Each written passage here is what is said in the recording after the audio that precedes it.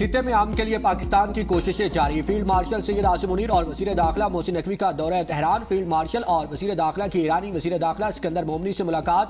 پاک ایران تعلقات اور باہمی دلچسپی کے امور پر ملاقات میں تبادلہ خیال۔ ISPR کے مطابق فیلڈ مارشل کا دورہ خطے میں امن و استحکام کے فروغ کے لیے پاکستانی کوششوں کا حصہ ہے۔ پاکستان مشرق وسطی میں دیرپا امن اور استحکام کا خواہاں ہے۔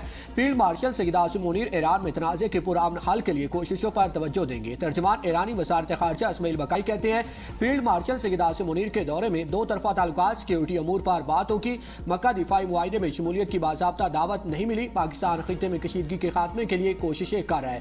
سلطنت عمان کے وزیر خارجہ کل تہران کا دورہ کریں گے۔ ابنۂ ہرمز کے ساحلی ممالک کے درمیان سیاسی مشاورت کو آگے بڑھایا جائے گا۔ امریکہ کی اقتصادی پابندیاں غیر قانونی ہیں، دباؤ کو کسی صورت قبول نہیں کریں گے۔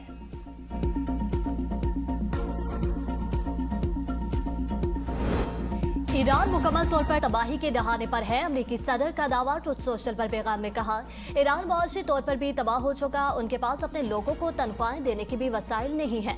امریکہ نے ایران کا انفراسٹرکچر بھی تباہ کر دیا۔ امریکی نائب صدر جے ڈی وینس کہتے ہیں ایران کے پاس بین الاقوامی تجارتی راستے مکمل طور پر بند کرنے کی صلاحیت نہیں۔ امریکہ اپنا ہرمز کے ذریعے تیل کی ترسیل جاری رکھنے میں کامیاب ہو رہا۔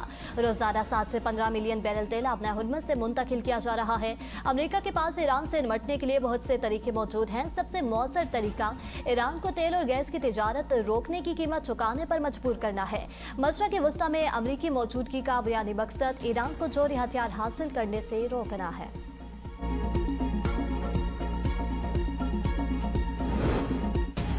امریکہ کے معاشی ڈی ڈے کے خلاف ایران کے ابنۂ ہرمز بلاک کرنے کی دھمکی۔ ایرانی سلامتی کے سربراہ محسن رضائی نے خبردار کیا ہے کہ اگر صدر ٹرمپ کی معاشی جنگ جاری رہی تو ایران خلیج سے تیل کی تمام برآمدات روک دے گا۔ جو بھی ملک امریکی پابندیوں کی حمایت کرے گا ایران اسے جنگی اقدام تصور کرے گا۔ ایرانی حکام سے ابنۂ ہرمز کی صورتحال پر بات چیت کریں گے۔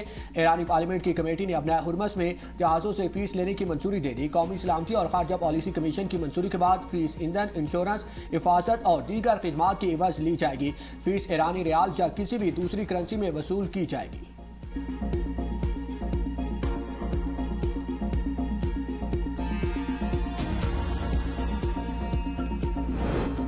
امریکہ ایران پر معاشی قیامت ڈھانے کے لیے متحرک۔ ایران کے خلاف اقدامات کسی مخالف ملک کے خلاف اب تک کی سب سے بڑی مالی کارروائی ہوگی۔ امریکی وزیر خزانہ اسکاٹ بیسنٹ کہتے ہیں یہ پابندیاں ایرانی حکومت کے خاتمے کا باعث بنیں گی۔ امریکہ کا مقصد ایران کے آمرانہ نظام کو برقرار رکھنے والے تمام اہم اقتصادی شریانوں اور راستوں کو کاٹ دینا ہے تاکہ تہران مکمل طور پر تنہا رہ جائے۔ ایران سے تعاون کرنے والے ممالک بھی پابندیوں کی زد میں آئیں گے۔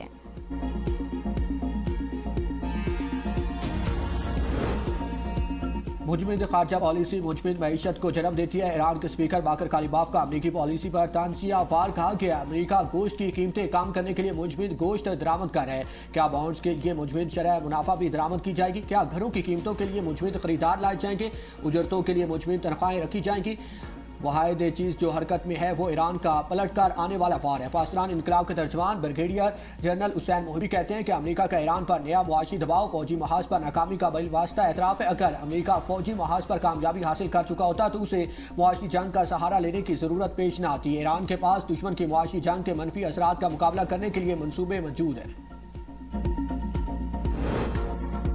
پاکستان سالانہ اربوں ڈالر کا خوردنی تیل درآمد کرتا ہے۔ مقامی زیتون کی پیداوار بڑھا کر خوردنی تیل کی درآمدی ضرورت کم کی جا سکتی ہے۔ وزیر اعظم کا تقریب سے خطاب، کہا حکومتیں کسانوں کی محنت کو آگے بڑھانے کے لیے بھرپور تعاون کریں۔ یقین اور عزم ہو تو پاکستان میں زرعی انقلاب لا کر چند سالوں میں پاکستان کو خوردنی تیل میں خود کفیل بنایا جا سکتا ہے۔ زرعی انقلاب کے لیے عملی میدان میں کام اور کسانوں کی ہینڈ ہولڈنگ ضروری ہے۔ کسانوں اور ماہرین کی محنت سے زیتون کے شعبے میں شاندار مثال قائم کی۔ 60,000 ایکڑ اراضی پر زیتون کی فصل کاشت کی جا رہی ہے۔ زراعت کے شعبے میں غیر معمولی کامیابی انتھک محنت اور حکومتی سرپرستی کا نتیجہ ہے۔ بلوچستان، خیبر پختونخوا، پنجاب اور سندھ کی حکومتوں نے کسانوں کی بھرپور رہنمائی کی کہ ڈوڈا اور سورج مکھی کی کاشت بڑھانے کے لیے اقدامات کیے جائیں۔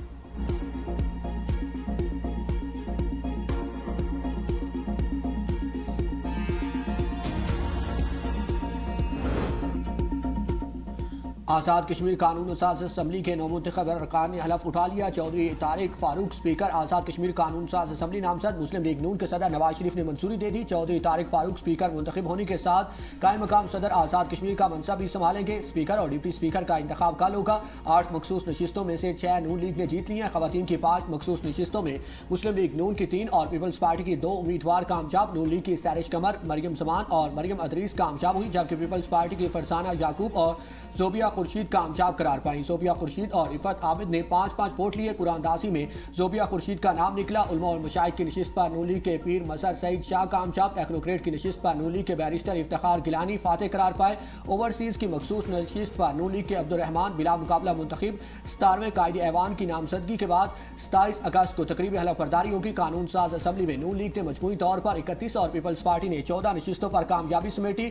عوامی دست و بازو کے اتحاد کے بعد نون لیگ کی 32 نشستیں ہوں گی۔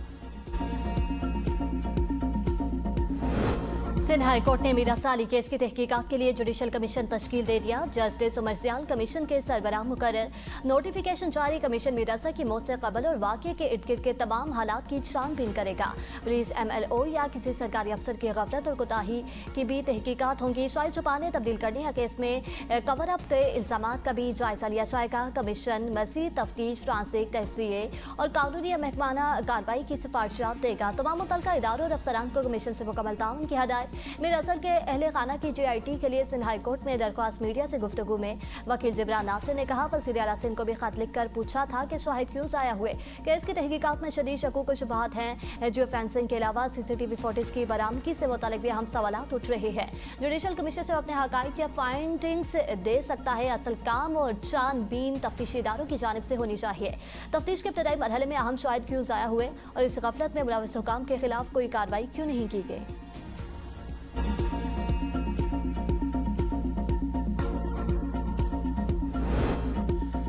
میر رضا قتل کیس جس کا بھی جرم ہے اسے قانون کے مطابق سزا ملنی چاہیے۔ حکومت متاثرہ خاندان کو مکمل انصاف کی فراہمی اور ہر ممکن تعاون کا یقین دلاتی ہے۔ میئر کراچی مرتضیٰ وہاب کی نیوز کانفرنس، کہا کہ جوڈیشل کمیشن تشکیل دے دیا۔ کمیشن کی رپورٹ 30 دن میں آ جائے گی۔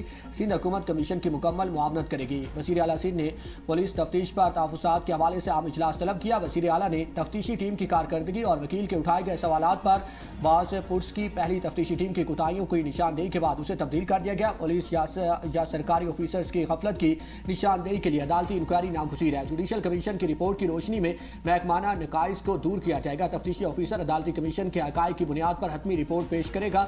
واقعے کی تہہ تک پہنچنے کے لیے تمام دستاویزی شواہد عدالت میں پیش کریں گے۔